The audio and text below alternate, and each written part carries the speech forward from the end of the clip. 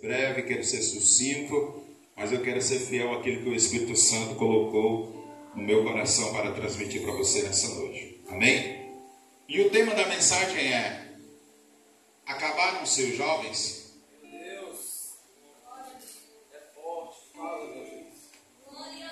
Queridos e amados irmãos, nós estamos no capítulo de número 16 de 1 Samuel. E todo bom leitor da Bíblia Sagrada, ele vai logo perceber que esse versículo que nós lemos está inserido no contexto ou no episódio em que Samuel vai até a casa de Jessé para ungir o segundo rei de Israel, já que o primeiro era Saul. Saul ainda estava no trono, mas por conta da sua desobediência, a Bíblia vai nos relatar que Deus estava desgostoso com Saul. Deus agora disse: eu estou desgostoso com Saul, mas eu já tenho preparado um novo rei para Israel. Prepara-se o dia daquele episódio, e Deus convoca o profeta Samuel para ir até a casa de Jessé, o pai de Davi, para que este ungisse como o novo rei de Israel. Quando ele chega lá, começam a se apresentar os filhos de Jessé. E o primeiro a apresentar-se, você vai perceber no texto, que foi Eliabe. O profeta olha para ele e diz: está aí o ungido do Senhor. Eu acredito que nós podemos conjecturar, nós podemos imaginar que Samuel olha para aquele moço, para aquele rapaz, pelo seu porte físico, pela sua aparência, pelo seu jeito. E pelo olhar humano, Samuel percebe: só pode ser esse. Ele é muito bonito, ele tem porte de rei, ele tem fisionomia de rei, ele tem as qualidades que um rei precisa ter.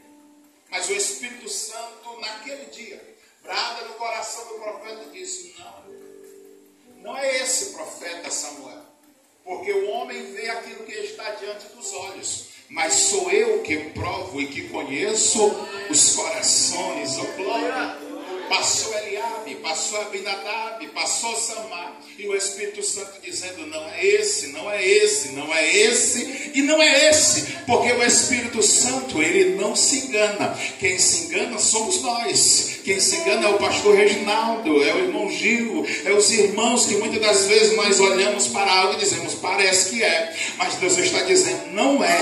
Então o Espírito Santo brada naquele dia e diz para o profeta: não é nenhum desses. Mas, ei profeta, faz uma pergunta aí para o pai de Davi, pergunta para ele se ainda tem alguém, porque não é nenhum desses que passou aí na tua frente, sobre o teu olhar, sobre a tua ótica. E o profeta pergunta, e ele faz essa pergunta no versículo de número 11, ele diz: ei Jessé, acabaram-se os jovens? E o pai de Davi responde: eu lembrei, ainda tem Davi, o menor. Onde é que ele está? Está tomando de conta das ovelhas. Aleluia. Pois nós não vamos nos assentar à roda da mesa até que ele venha. Vai buscar, manda alguém chamá-lo. Quando Davi chega, aleluia, com certeza sujo, porque alguém que está no trabalho braçal, no trabalho da agricultura, da pecuária, com certeza não está de terno, não está bonito, bem arrumado como você, como eu, como os irmãos que aqui estão. Com certeza ele estava sujo, talvez fétido, talvez com algum odor desagradável, mas a palavra do Senhor vai nos revelar que quando Davi se apresenta, o Senhor também naquele dia diz assim: ei Samuel, prepara o azeite e derrama, porque esse daí, louvado seja o nome do Senhor. Ei, eu tenho uma palavra de Deus nessa noite para o seu coração. Aleluia. Nós estamos num culto de mocidade, num culto de jovens, e eu quero dizer para você nesta noite que não se acabaram os jovens. Ainda tem jovens que buscam o Senhor, ainda tem jovens que o Senhor pode olhar para ele e dizer: pode derramar azeite sobre a cabeça dele, porque eu vou usá-lo ainda nesses últimos dias. Louvado seja Deus. Mas eu quero compartilhar com você alguns personagens da Bíblia Sagrada. Alguns jovens que se deixaram, ou que deixaram-se ser usados pela mão do Todo-Poderoso. Tem jovens aqui nesta noite que estão dispostos a ser usados pelo Senhor? Tem? Se tiver, dá um sinal com a mão aqui, porque Deus tem uma palavra para o teu coração. A Bíblia nos revela, no capítulo 37 ao 50, nos conta a história, lá no livro do Gênesis, de um homem chamado José. Jovem como você, bonito como você, atraente como você. E a Bíblia diz que José é vendido como escravo para uma terra longínqua. Ele é vendido pelos seus irmãos. E para nós resumirmos a história, porque acredito que todo bom jovem que gosta de ler a Bíblia, ele conhece a história de José. A Bíblia vai nos relatar, queridos, que José, ele vai servir na casa de Potifar, oficial do exército do Egito. E a Bíblia nos revela que a mulher de Potifar, ela coloca os olhos em José. José era atraente, jovem, bonito.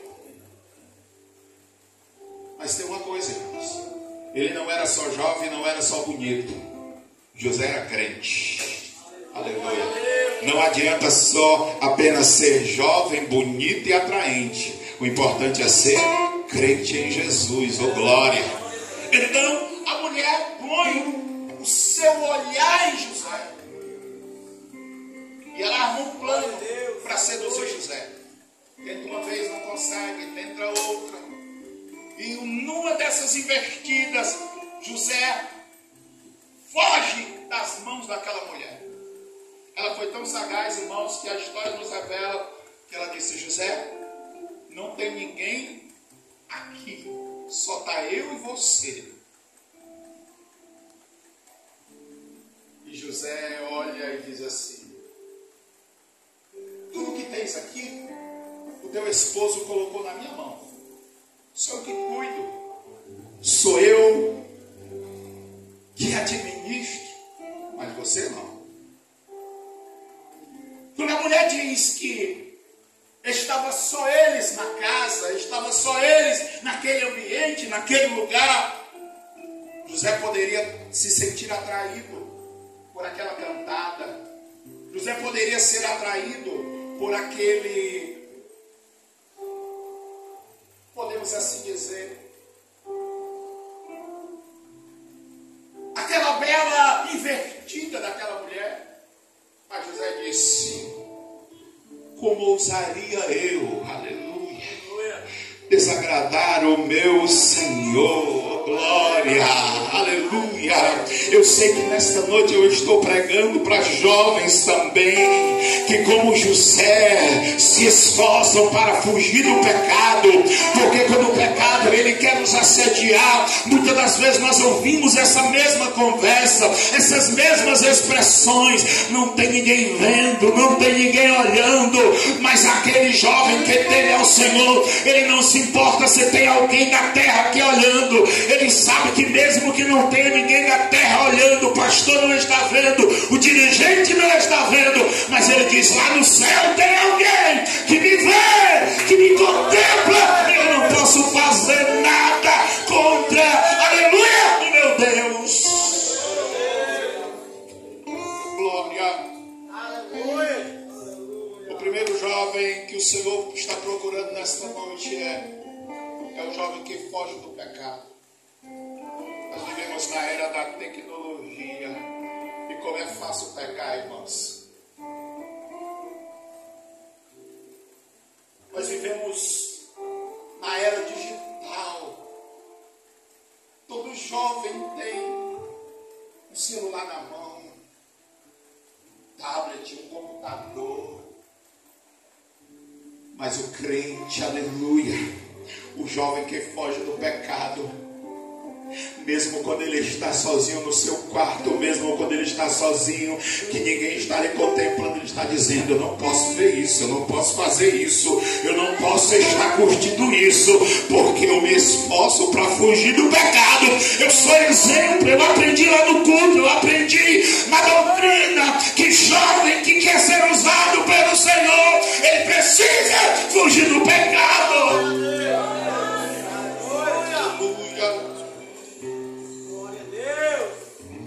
Deixa eu te dizer algo, jovem.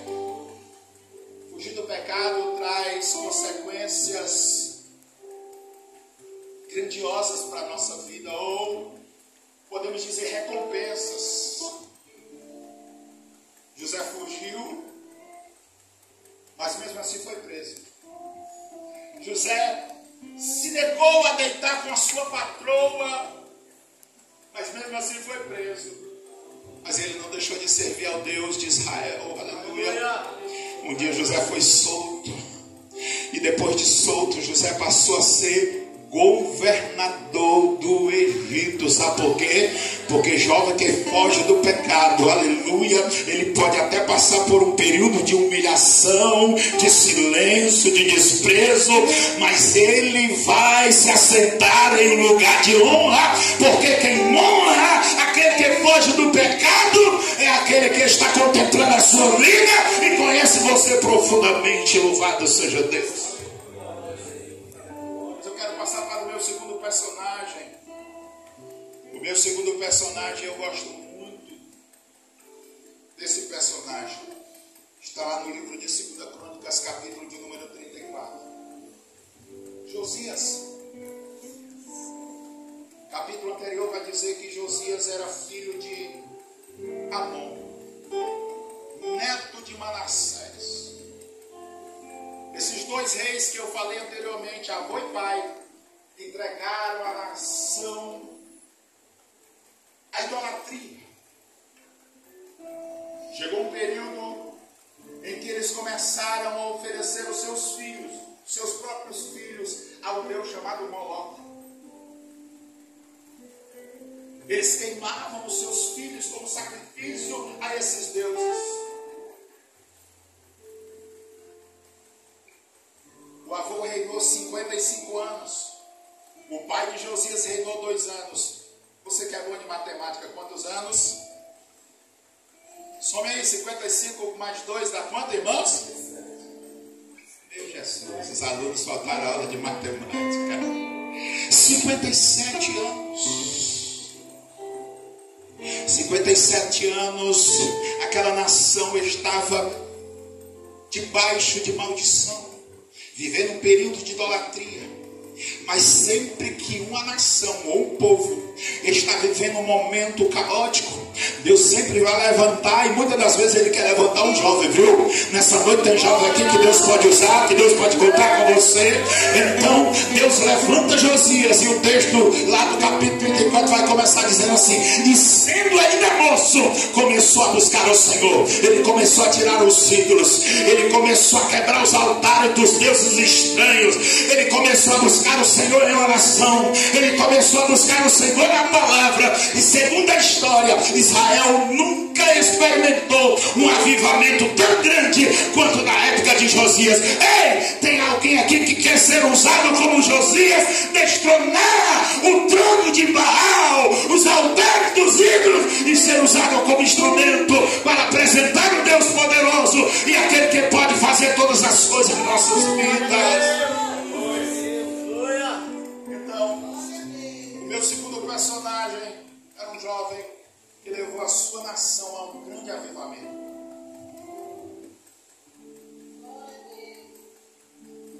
Mas o que é avivamento? Avivar é tornar a ter vida, a dar vida. Os avivamentos que surgiram, tanto da Bíblia, contra aqueles que nós conhecemos pela história, que não estão registrados nas páginas da Bíblia, eles começaram em momentos caóticos da história.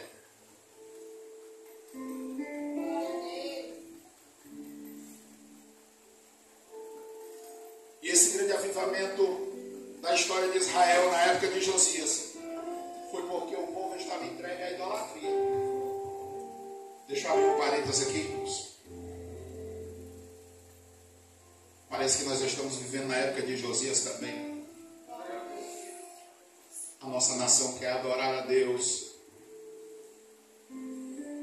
mas o seu coração às vezes ainda está preso em algum outro lugar. Isso é idolatria.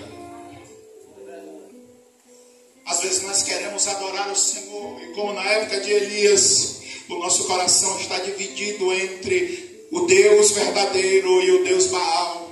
Isso é idolatria. Então, Deus levanta Josias para um grande avivamento.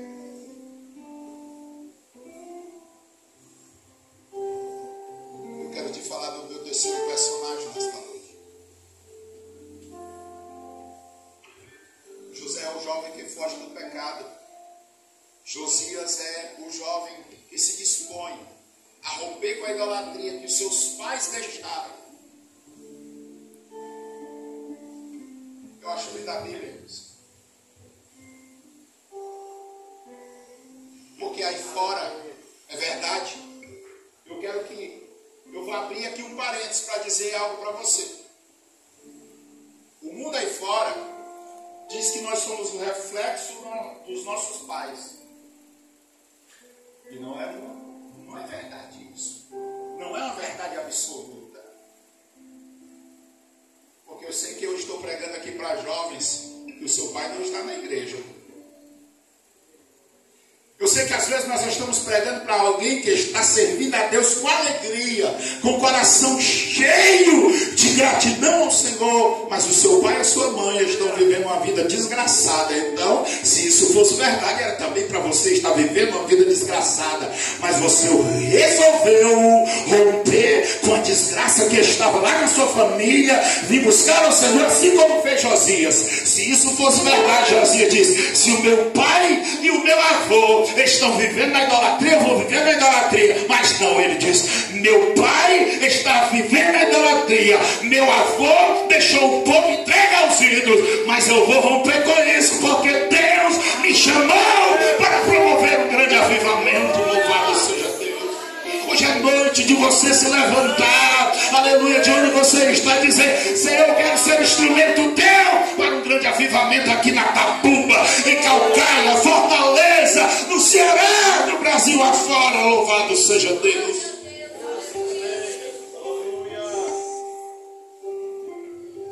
Meu terceiro personagem é Isaías. Isaías era um profeta estranho.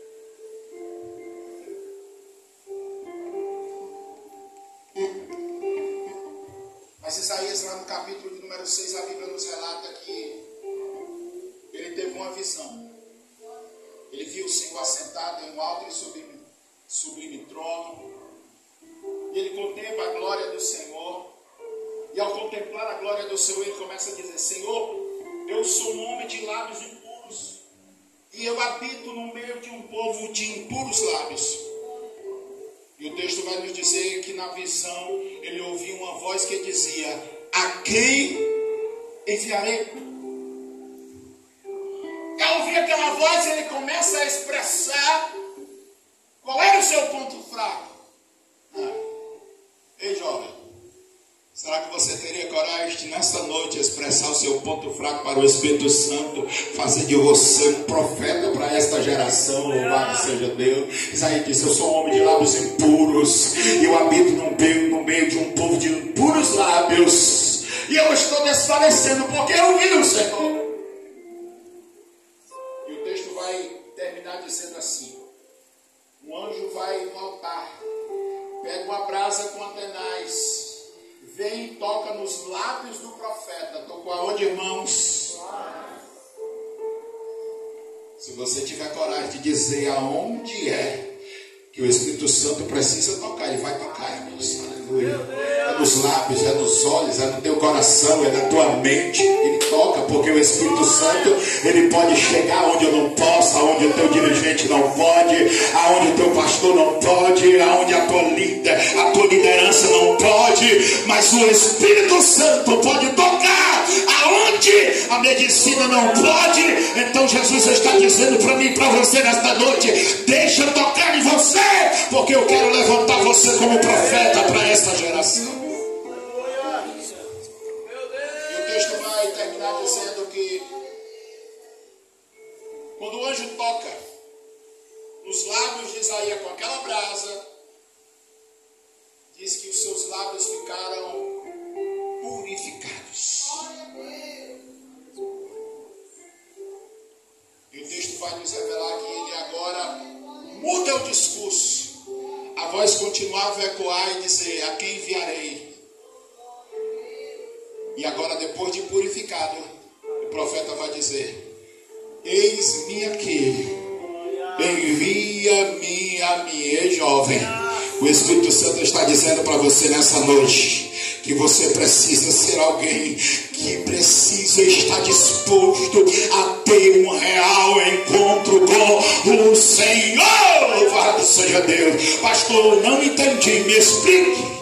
Capítulo 1, 2, 3, 4 e 5 do livro do profeta Isaías. Ele já era crente, ele já era profeta, mas ele ainda precisava de um encontro verdadeiro com Jesus. Ei, vamos parar com essa história de que apenas ir para a igreja, apenas ir para o culto, apenas ir para o templo já está bom demais. Jesus está dizendo nessa noite: quer ser usado como jovem na minha presença?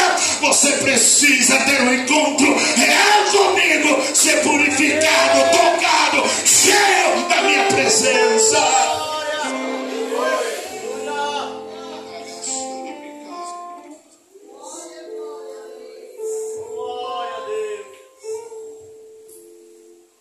Meu quarto personagem,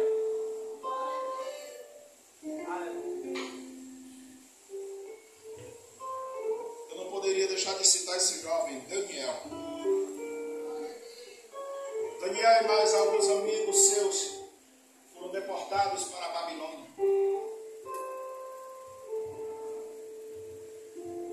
Território de idolatria, de pecado.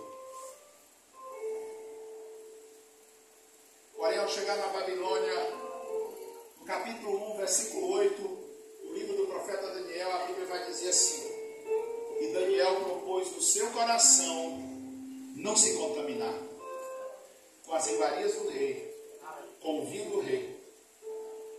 Daniel tomou uma decisão juntamente com seus amigos. Qual foi a decisão, pai? Nós estamos em um lugar de pecado, mas nós não somos escravos do pecado. Oh, glória! Nós estamos em um ambiente tenebroso, mas nós não viemos aqui para pecar, nós viemos aqui para mudar a história da Babilônia. Oh, glória, aleluia! Um jovem cheio da presença do Senhor, irmão Gil, é um jovem que ele pode estar em um lugar tenebroso, pecaminoso, em um lugar sujo, aleluia, mas ele não se suja, ele não se contamina. Por quê? Porque a decisão já está no seu coração de não se contaminar, de não se render ao sistema da Babilônia. Você não é da Babilônia, você é cidadão do céu. Louvado seja Deus. Pastor, qual foi a recompensa? Qual foi a recompensa para Daniel?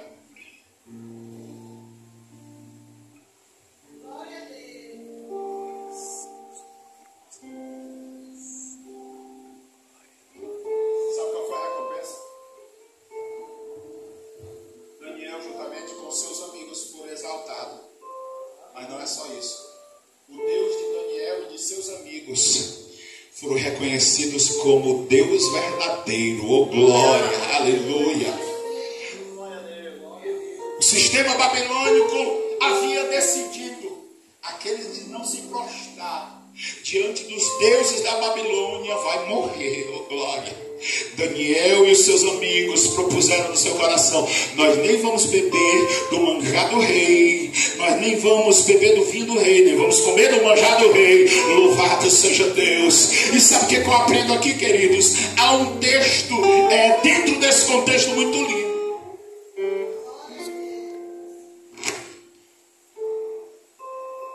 Daniel chama o eunuco e diz assim: ei, diz lá para o rei que durante 10 dias vocês coloquem só água e legumes para nós. Ei, meu meus amigos, vamos só comer aqui só legume e beber água. Você pode repetir comigo: legumes e água. Legumes e água. Comida saudável, né, irmão? Oh, glória. Não, irmão, legume não é saudável, não? Pode até não ser gostoso, mas saudável é demais. Deixa eu te dizer algo. Às vezes eu brinco com os irmãos lá da congregação. Eu digo assim: irmãos, todo crente é bonito. Olha para o seu irmão do lado aí e diz assim: irmão, você é bonito, viu? Você está com medo de dizer que ele é bonito, irmãos. E quer que eu lhe prove isso? Passaram-se os 10 dias. Daniel e seus amigos comendo só legumes e bebendo água. E aqueles que comiam das iguarias do rei, bebiam do vinho do rei. Eu vou ler o texto com você para você